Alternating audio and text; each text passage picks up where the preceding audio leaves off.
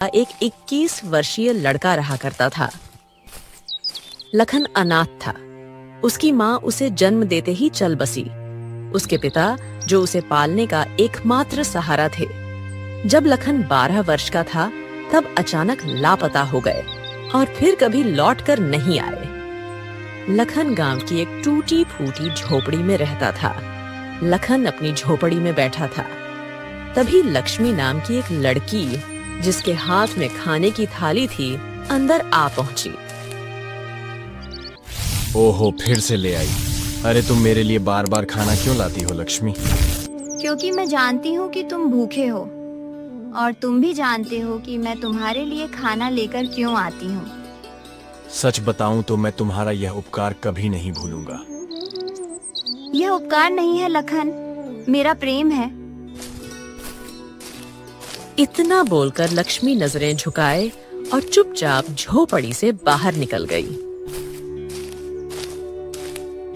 कुछ देर बाद लखन बाहर निकल आया। झोपड़ी के सामने गांव का मुखिया खड़ा हुआ था। हाँ, लखन खाना खा लिया। जी मुखिया जी, आपकी पुत्री लक्ष्मी कुछ देर पहले ही खाना देकर गई हैं। हाँ, अच्छा किया। अब तुम बड़े हो गए हो बेटे, अपना ख्याल रखना सीखो। मुखिया जी, 12 वर्ष की उम्र से लेकर अब तक आप ही तो मेरा ख्याल रखते आए हैं, पर अब मुझे शर्म आने लगी है। अब मैं कुछ काम करना चाहता हूँ। तुम्हारी बात में सच्चाई है लखन। अच्छा सुनो, गांव के पास वाला जंगल अब पहले जैसा खतरनाक नहीं रहा।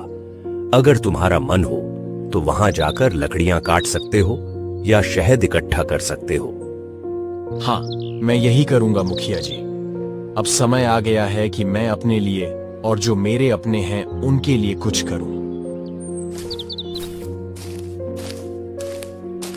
लखन जंगल की ओर चल पड़ा।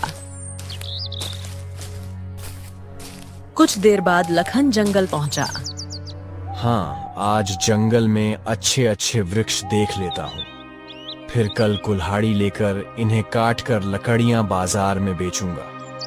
कुछ भी कहो, मुखिया जी ने बचपन से मेरी अब तक बहुत सहायता की है। अब समय आ गया है अपने पैरों पर खड़ा होकर दिखाऊं। लखन इतना ही कह पाया था कि तभी उसकी नजर एक वृक्ष पर पड़ी, जहां एक चील बैठी हुई उसे घूर रही थी।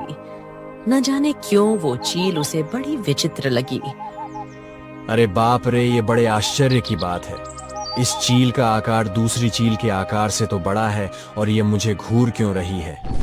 लखन ने इतना ही कहा था कि तभी चील उड़ती हुई उसके पास आ गई और इंसानी आवाज में बोली, मैं तुम्हें पहचानती हूँ। तुम वीर शंकर के पुत्र हो ना? यह सुनकर लखन चौंक गया। पर अरे ये क्या, पर तुम तो एक चील हो। तुम इंसान की आवाज में बातें कैसे कर सकती हो? मैं जो पूछ रही हूँ उसका जवाब दो। क्या तुम वीर शंकर के ही पुत्र हो? हाँ, मैं वीर शंकर का पुत्र हूँ। तुम्हारे पिता कुछ वर्ष पहले गायब हो गए थे, जो आज तक वापस नहीं आए। मैं तुम्हारे पिता के रहस्य के बारे में बता सकती हूँ। तुम्हारे पिता कोई साधारण मनुष्य नहीं थे। यह सुनकर लखन एक बार फिर चौंक गया। अरे न जाने कौन हो तुम। मैं ऐसे कैसे तुम्हारी बात पर विश्वास करूं? कभी सोचा है तुमने? तुम पिछले 8 वर्षों से बिना पिता के रह रहे हो, लेकिन गांव में कोई भी तुम्हारे पिता के बारे में बात नहीं करता। तुम्हारी कोई मदद नहीं करता सिवाय तुम्हारे गांव के मुखिया के। तुम तो मेरे बारे में सब कुछ जानती हो। कौन हो तुम? मैं तुम्हें अभी नहीं बता सकती। तुम्हें उसके लिए मुझे श्राप से मुक्त कराना होगा। लखन को न जाने क्यों उस चील से डर महसूस होने लगा और वो दौड़ता हुआ अपने गांव की ओर भागा। घर पहुंचकर लखन जोर जोर से हांफने लगा और डरते हुए बोला, अरे बाप रे, ये जंगल तो बड़ा ही विचित्र है। वहां के पक्षी भी मनुष्य की भाषा में बात करते हैं। ना, अब मैं उस जंगल में कभी न जाऊं। तभी वहां लक्ष्मी आ गई, जिसके हाथ में खाना था। वो लखन को डरा हुआ देखकर बोली, क्या हुआ लखन, तुम्हारे माथे पर पसीना क्यों बह रहा है? वो भी इस कड़ाके की ठंड में, और तुम इतने घबराए हुए क्यों हो? लखन लक्ष्मी से कोई बात नहीं छिपाता था। लखन ने कांपते हुए होठों से सारी बात बता दी। लक्ष्मी सुनकर डरते हुए बोली, अब तुम जंगल कभी मत जाना। इतना कहकर लक्ष्मी वहां से बाहर चली गई। लखन खाना खाकर सो गया।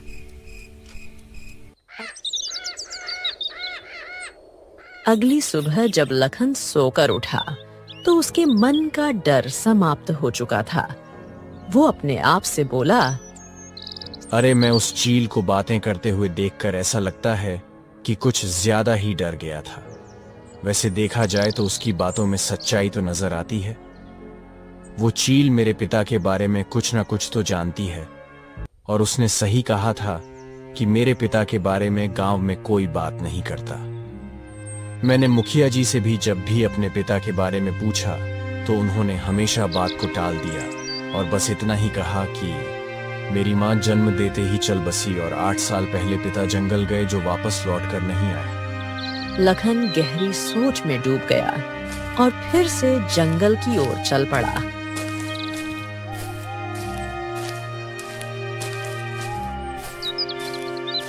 कुछ देर में लखन जंगल के उसी स्थान पर खड़ा था जहां वो चील मिली थी। तभी वो चील उड़ती हुई आ पहुंची। मुझे पता था कि तुम जरूर आओगे, क्योंकि तुम भी अपने पिता वीर शंकर की तरह ही बहादुर हो। अब देखो, तुम मुझे बताओ कि तुम मेरे पिता के बारे में क्या जानती हो। कहाँ है वह? क्या वो जिंदा है? कल मैंने कहा था उसके लिए तो पहले तुम्हें मुझे श्राप से मुक्त करना पड़ेगा। लेकिन तुम चिंता मत करो, मैं तुम्हारी मदद करना चाहती हूँ। तुम मुझे अपना दोस्त समझो। मैं जानती हूँ कि तुम बचपन से गरीबी से जूझ रहे हो और तुम्हें कभी कभी इस बात पर शर्म भी आती है। ये सुनकर लखन उदास होकर बोला, जब मुखिया जी की पुत्री लक्ष्मी मेरे लिए खाना लेकर आती है ना, मुझे बहुत शर्म आती है। क्या है कि वह मुझसे प्रेम करती है। वैसे प्रेम तो मैं भी उससे करता हूँ, लेकिन अभी तक मैं अपने पैरों पर खड़ा नहीं हो पाया हूँ ना, तो आखिर मैं मुखिया जी से किस मुंह से उनकी पुत्री लक्ष्मी का हाथ मांगूंगा। मैं इस जंगल के सारे रहस्यों के बारे में जानती हूँ, चलो मेरे साथ। यह कहकर चील उड़ चली और अर्जुन उसके पीछे पीछे चल पड़ा। कुछ ही देर बाद चील एक गुफा के पास रुकी और जमीन पर बैठकर बोली, यही वो जगह है लखन, तुम्हें इस जगह को खोदना है। लखन जमीन को खोदने लगा। कुछ देर बाद उसे एक बक्सा दिखाई दिया। अब इस बक्से को खोलो। लखन ने जैसे ही बक्सा खोला, उसकी आंखें आश्चर्य से फटी की फटी रह गई। अरे बाप रे बाप, इसमें तो ढेर सारे हीरे जवाहरात हैं। अरे इन्हें तो बेचकर मैं धनवान बन सकता हूँ। ये सब तुम्हारा है। पहले तुम धनवान बनो, फिर मैं तुम्हें बताऊंगी कि मैं श्राप से कैसे मुक्त होऊंगी। उसके बाद मैं तुम्हें तुम्हारे पिता से भी मिलवाऊंगी। मैं जानती हूँ वो इस समय कहाँ है। उस दिन का तो मुझे बेसब्री से इंतजार रहेगा। अच्छा एक बात बताओ, तुम कैसे जानती हो कि इस गुफा के नीचे यह बक्सा गड़ा हुआ है? शायद तुम भूल गए कि कुछ देर पहले ही मैंने तुमसे कहा था मैं इस जंगल के सारे रहस्यों को जानती हूँ। लेकिन एक बात और है, मैंने अपनी जिंदगी में अब तक कोई काम वाम तो किया नहीं है। अगर ऐसे में यह बक्सा लेकर जाऊं और रातों रात धनवान बन जाऊं तो लोग तो मुझसे तरह तरह के सवाल पूछेंगे ना। उसका भी एक उपाय है मेरे पास। तुम गांव के मुखिया से कहना कि तुम व्यापार करना चाहते हो और कुछ दिन के लिए राज्य जाना चाहते हो। फिर वहां जाकर इन हीरों को बेच देना। उसके बाद जब तुम धनवान बनकर लौटोगे तो सब यही समझेंगे कि तुम्हें व्यापार में बहुत मुनाफा हुआ है। हाँ ठीक है, मैं ऐसा ही करूंगा। लेकिन एक बात बताओ, धनवान बनने के बाद मुझे भूल तो नहीं जाओगे? बिल्कुल नहीं, मुझे धन से कहीं ज्यादा अपने पिता से मिलने की इच्छा है। इतना कहकर लखन बक्सा लेकर गांव लौट गया।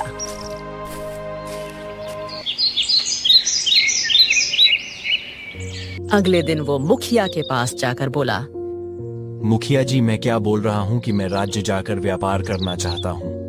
ए लखन, तुम तो कभी गांव के बाहर निकले नहीं और व्यापार करने के लिए धन चाहिए, अनुभव चाहिए। तुम करोगे कैसे यह सब? मैं राज्य जाकर मेहनत करूंगा, मजदूरी करूंगा, जो बन पड़ेगा वो करूंगा, लेकिन मुखिया जी अब कुछ बनकर ही इस गांव में लौटूंगा। यह सुनकर मुखिया गहरी सोच में डूब गया। फिर मुस्कुराकर बोला, अगर तुम्हारे इरादे सच्चे हैं तो तुम अपने मकसद में जरूर कामयाब होगे।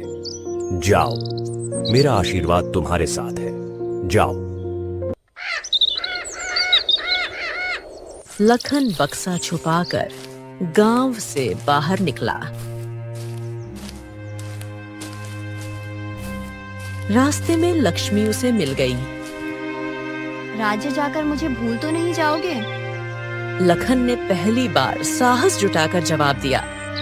लक्ष्मी, मैं जानता हूं कि तुम मुझसे प्रेम करती हो और मैं भी तुमसे बहुत प्रेम करता हूं। बस कहने की कभी हिम्मत ना हुई। मैं राज्य केवल तुम्हारी वजह से जा रहा हूं, ताकि सम्मान के साथ तुम्हारे पिता से तुम्हारा हाथ मांग सकूं।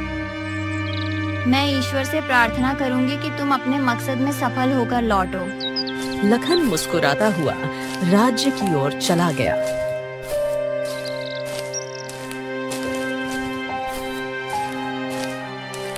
वहां पहुंचकर एक सराय में रुका और बक्से से कुछ हीरे निकालकर एक जहरी के पास गया। अरे बाप रे बाप, ए भैया, ये तो बहुत बेशकीमती हीरे हैं। कहाँ मिले तुमको ये? ये मेरे पिताजी के हैं। वो हीरों के बहुत बड़े व्यापारी थे।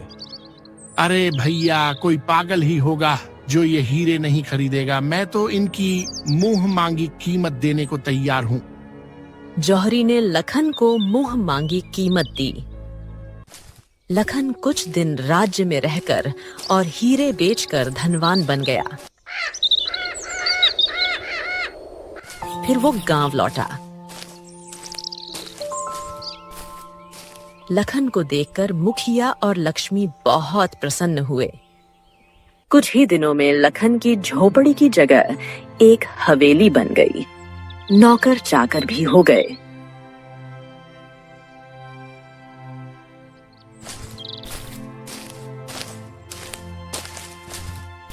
एक दिन लक्ष्मी लखन से बोली, अब तुम धनवान भी बन चुके हो।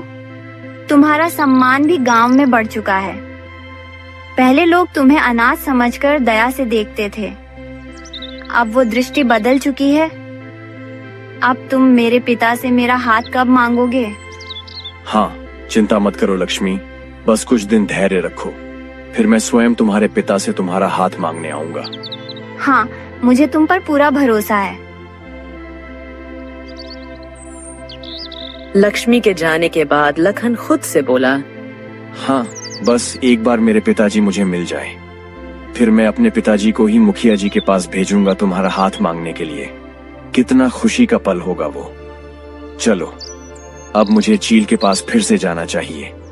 इतना कहकर लखन जंगल की ओर चल पड़ा। कुछ देर बाद लखन जंगल के उसी स्थान पर पहुंच चुका था जहां उसकी चील से पहली मुलाकात हुई थी। तभी वहां एक साधु आ पहुंचा जो एक वृक्ष के नीचे बैठा हुआ था। कौन हो तुम और यहाँ क्या कर रहे हो? तुम्हारी शक्ल तो किसी से मिलती जुलती है। अब शायद मैं तुम्हारे पिता को जानता हूँ। मैं वीर शंकर का पुत्र हूँ और मैं तो यहाँ अक्सर आता जाता रहता हूँ। ये सुनकर साधु चौंक गया मगर कुछ नहीं कहा और चुपचाप वहां से चला गया। साधु के जाते ही चील उड़ती हुई वहां आ पहुंची। ये साधु तुमसे क्या कह रहा था? वो बस कह रहा था कि वो शायद मुझे जानता है। मैंने उसे बता दिया कि मैं वीर शंकर का पुत्र हूँ। यह साधु एक ढोंगी है। उसने केवल साधु का चोला ओढ़ रखा है, परंतु अंदर से वो एक शैतान है। मुझे उस साधु से कोई मतलब नहीं है। मुझे केवल तुमसे और पिता से मतलब है। अब बताओ, मैं तुम्हें श्राप से मुक्त कैसे करा सकता हूँ? चलो मेरे साथ। चील उड़ती हुई लखन को उसी गुफा की ओर ले गई जिसकी जमीन पर लखन को पहले कई कीमती हीरे मिले थे। गुफा के अंदर एक बड़ा ही विचित्र पत्थर रखा हुआ था जो रंग बिरंगी किरणों से चमक रहा था। कल पूर्णिमा की रात है। कल तुम पूर्णिमा की रात इसी स्थान पर आकर आधी रात के समय आंखें बंद करके इस पत्थर को तोड़ देना। पत्थर के टूटते ही मैं श्राप से मुक्त हो जाऊंगी और फिर मैं तुम्हें बता दूंगी कि तुम्हारे पिता कहाँ हैं। क्या मैं इस पत्थर को अभी तोड़ दूं? नहीं, कल पूर्णिमा की रात ही इस पत्थर का टूटना आवश्यक है। इतना कहकर चील रंग बिरंगी रोशनी के साथ वहां से गायब हो गई। लखन चुपचाप वहां से लौट आया। लखन अपने घर पहुंचा। तभी पीछे पीछे वही साधु वहां आ पहुंचा। मैंने अपनी आंखों से देखा है कि तुम चील से बात कर रहे थे। हाँ, लेकिन तुम इस बारे में क्यों पूछ रहे हो? देखो, तुम उस चील को नहीं जानते। वो कोई साधारण चील नहीं है। मैं सब जानता हूँ, लेकिन आज मैं जो कुछ भी हूँ ना, वो सब उसी चील की वजह से हूँ। वो चील मेरे पिता के बारे में जानती है और मैं किसी भी कीमत पर अपने पिता को पाना चाहता हूँ। तुम्हारे पिता अब इस संसार में नहीं रहे। वो चील वो तुम्हें फंसाकर श्राप से मुक्त होना चाहती है। यह सुनकर लखन क्रोधित हो गया। ओ साधु महाराज, मैं साधुओं का सम्मान करता हूँ, लेकिन तुम्हारे जैसे पाखंडी साधुओं का नहीं, समझे? इससे आगे मैं एक शब्द नहीं सुन सकता। चुपचाप निकल तो जाओ यहाँ से, निकलो।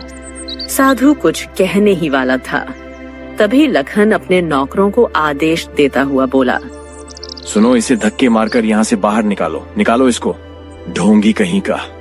नौकरों ने साधु को धक्के देकर बाहर निकाल दिया। तभी मुखिया और लक्ष्मी वहां आ पहुंचे। अरे, आप तो वही साधु हैं जो हमारे जंगल में तपस्या करते हैं। आप लखन की हवेली में क्या कर रहे थे और लखन के नौकरों ने आपको धक्का क्यों दिया? वीर शंकर का पुत्र लखन मूर्ख हो गया है। वो वही गलती दोहरा रहा है जिसे उसके पिता ने अपनी जान देकर सुधारा था। लखन के पास जो रातों रात धन आया है, वो उस चील की वजह से आया है। वो चील अर्जुन को पूरी तरह से अपने वश में कर चुकी है। मैंने लखन को सच्चाई बताने का प्रयास किया, लेकिन वो सुनने को तैयार ही नहीं हुआ। पिताजी, मुझे याद आ गया। कुछ दिनों पहले जब लखन पहली बार जंगल गया था, तब वो बहुत डरा हुआ था और उसने मुझसे कहा था कि एक चील ने उससे मनुष्यों की तरह बात की थी। मैं आपको बताना चाहती थी, लेकिन मेरे ध्यान से उतर गया। अरे, तुमने इतनी महत्वपूर्ण बात मुझसे छुपा ली। गजब करती हो बेटा। अगर वो चील अपने श्राप से मुक्त हो गई ना, तो गांव में तबाही आ जाएगी। गांव का एक भी व्यक्ति जीवित नहीं बचेगा। हाँ, बिल्कुल सही, लेकिन लखन सुनने के लिए तैयार ही नहीं है। चिंता मत करिए, मैं उसे समझाऊंगा। मुखिया सीधे लखन के पास गया। लखन, मैं यह क्या सुन रहा हूँ? तुम जंगल में एक चील से मिल रहे हो और वह चील मनुष्यों की तरह बात कर रही है। क्या तुम्हें कुछ विचित्र नहीं लगा कि एक चील मनुष्यों की तरह बोल रही है? ओ, तो आपको पता चल गया। अब देखिए मुखिया जी, शुरू में अजीब लगा था, लेकिन अब नहीं। और मुझे पूरा विश्वास है कि यह बात आपको उस साधु ने बताई होगी। देखिए मुखिया जी, 8 साल पहले मेरे पिताजी रहस्यमयी ढंग से लापता हो गए थे और वह चील जानती है कि मेरे पिता कहाँ हैं। मैं बस अपने पिता को पाना चाहता हूँ, उनसे मिलना चाहता हूँ। बेटा, तुम अपने पिता के बारे में कुछ भी नहीं जानते हो। हाँ, मैं नहीं जानता, क्योंकि आपने कभी मुझे बताया नहीं और ना ही कभी गांव वालों ने कुछ कहा, तो कैसे जानूंगा? अब मैं किसी की बात पर विश्वास क्यों करूं? बताइए। मुझे केवल चील की बात पर विश्वास है और कल है पूर्णिमा की रात। मैं कल उस चील को श्राप से मुक्त कर दूंगा और वो चील श्राप से मुक्त होकर मुझे मेरे पिताजी को सौंप देगी। इतना कहकर लखन क्रोधित अवस्था में हवेली से बाहर निकल गया। लखन सुनो, मेरी बात तो सुनो। लखन को मुखिया आवाज लगाता रहा, लेकिन लखन नहीं रुका। मुखिया निराश होकर हवेली के बाहर आ गया। लखन को रोकना बहुत जरूरी है। वो चील किसी भी तरह से अपने असली रूप में नहीं आनी चाहिए। लखन तो पता नहीं कहाँ चला गया। अब हमें कल रात का ही इंतजार करना होगा। अगली रात साधु मुखिया और उसकी पुत्री लक्ष्मी को गुफा के निकट ले गया। और मुखिया से बोला, मुझे विश्वास है कि लखन यहाँ अवश्य आएगा। कल मैंने अर्जुन और चील के बीच की बातचीत सुनी थी। साधु ने इतना कहा था कि तभी लखन रात के अंधेरे में वहां पहुंचा। उसी क्षण चील भी उड़ती हुई वहां आ गई और बोली, यहाँ साधु मुखिया और तुम्हारी प्रेमिका लक्ष्मी मौजूद है। ये तुम्हें उस पत्थर को तोड़ने से रोकने आए हैं, लेकिन तुम उनकी बातों पर विश्वास मत करना, नहीं तो तुम अपने पिता से कभी नहीं मिल पाओगे। नहीं, मैं उनकी बात नहीं मानूंगा। तो फिर जाओ, उस पत्थर को गुफा के भीतर से उठा लाओ। लखन दौड़ता हुआ गुफा के भीतर गया, पत्थर को उठा लाया और जैसे ही उसे तोड़ने वाला था तभी साधु, मुखिया और लक्ष्मी वहां आ गए। लखन रुक जाओ, उस पत्थर को मत तोड़ो। लखन, तुम बहुत बड़ी भूल कर रहे हो। नहीं, मुझे अपने पिता से किसी भी हाल में मिलना है। लखन, मेरी बात ध्यान से सुनो और समझो। तुम्हारे पिता के विषय में आज तक किसी ने कुछ क्यों नहीं कहा? क्योंकि वो एक लालची व्यक्ति थे। वो कोई साधारण इंसान नहीं, बल्कि एक तांत्रिक थे। तांत्रिक जो अनेक विधाओं में सिद्ध थे और इस जंगल की सभी अलौकिक शक्तियों को अपने अधीन करना चाहते थे। एक दिन तुम्हारे पिता से मिलने एक सुंदर स्त्री आई और उसने कहा कि वह इस वन की रक्षक है। यदि तुम्हारे पिता उससे विवाह कर ले तो समस्त शक्तियां उन्हें प्राप्त हो जाएंगी। तुम्हारे पिता उसके शब्दों में आ गए और उससे विवाह कर लिया, परंतु बाद में पता चला कि वो स्त्री कोई रक्षक वक्षक नहीं थी, बल्कि इस वन की एक शक्तिशाली डायन थी। डायन, वो तुम्हारे पिता की शक्तियों की मालकिन बनकर गांव को नष्ट करना चाहती थी। तब पहली बार तुम्हारे पिता के भीतर की इंसानियत जागी। उन्होंने अपनी समस्त काली शक्तियों को एकत्र करके उस डायन को चील में परिवर्तित कर दिया और उसकी सारी शक्तियों को इस पत्थर में कैद कर दिया। उन्होंने डायन को श्रापित किया, लेकिन स्वयं अपने प्राण गंवा दिए। उसने यह सब कुछ गांव की भलाई के लिए किया, यहां तक कि तुम्हारे विषय में भी नहीं सोचा कि उसके बाद तुम्हारा क्या होगा। और अब तुम स्वयं अपने पिता के बलिदान को व्यर्थ कर रहे हो। ये झूठ बोल रहे हैं। सच्चाई वही है जो मैं कह रही हूँ। यदि मेरे मन में कोई छल होता तो मैं तुम्हारी सहायता क्यों करती? क्या गांव वालों ने कभी तुम्हारी मदद की? तुम्हें धन, सम्मान, हीरे मोती सब मैंने दिए। अब मैं तुम्हें तुम्हारे पिता से भी मिलवा रही हूँ। लखन भ्रम में पड़ गया। कुछ क्षणों बाद उसने उस पत्थर को जोर से जमीन पर फेंक दिया। अगले ही पल चील रंग बिरंगी किरणों में बदलकर एक भयंकर डायन में परिवर्तित हो गई। मुखिया और साधु सच कह रहे थे। तेरा पिता एक मूर्ख था जिसने मुझे चील बना दिया और स्वयं मर गया। इस पत्थर को केवल तू ही तोड़ सकता था, क्योंकि तेरे भीतर उसी का खून दौड़ रहा है। लखन, तुमने बहुत बड़ी भूल कर दी है। अभी भी वक्त है। अगर तुम इस गलती को सुधारना चाहते हो तो तुम्हें अपनी जान देनी होगी। इस पत्थर में तुम्हारे पिता ने डायन की सारी शक्तियां बांध दी थीं और डायन को चील बना दिया था। लेकिन अब जब तुमने उसे तोड़ा है तो पत्थर का अंतिम स्पर्श तुम्हारे हाथ का था। इसीलिए अब तुम पत्थर से बन चुके हो। पूर्णिमा की रात के बाद तुम और यह पत्थर अलग हो जाओगे। अगर तुमने अब अपनी जान नहीं दी तो यह डायन गांव में प्रवेश कर जाएगी और विनाश मचाएगी। यह सुनकर लखन की आंखों में आंसू आ गए। मुझसे बहुत बड़ी भूल हो गई। मैं तो केवल अपने पिता को पाना चाहता था। निर्णय तुम्हारे हाथों में है। यहाँ से कुछ दूर एक गहरी घाटी है, तुम्हें उसमें कूदना होगा, तभी डायन जलकर राख हो जाएगी। तुम ऐसा नहीं कर सकते। लेकिन लखन अपने मन में निर्णय कर चुका था। वो दौड़ता हुआ घाटी के किनारे पहुंचा और छलांग लगा दी। जैसे ही उसका शरीर घाटी में गिरा, डायन चीखने लगी और अग्नि की लपटों में जलकर राख हो गई। लक्ष्मी की आंखों से आंसू बहने लगे। मुखिया रोते हुए बोला, हाँ, लखन के पिता में कभी इंसानियत जागी थी, लेकिन लखन केवल इंसान नहीं था, वो एक बलिदानी था। उसने अपने गांव के लिए अपने प्राण दे दिए। साधु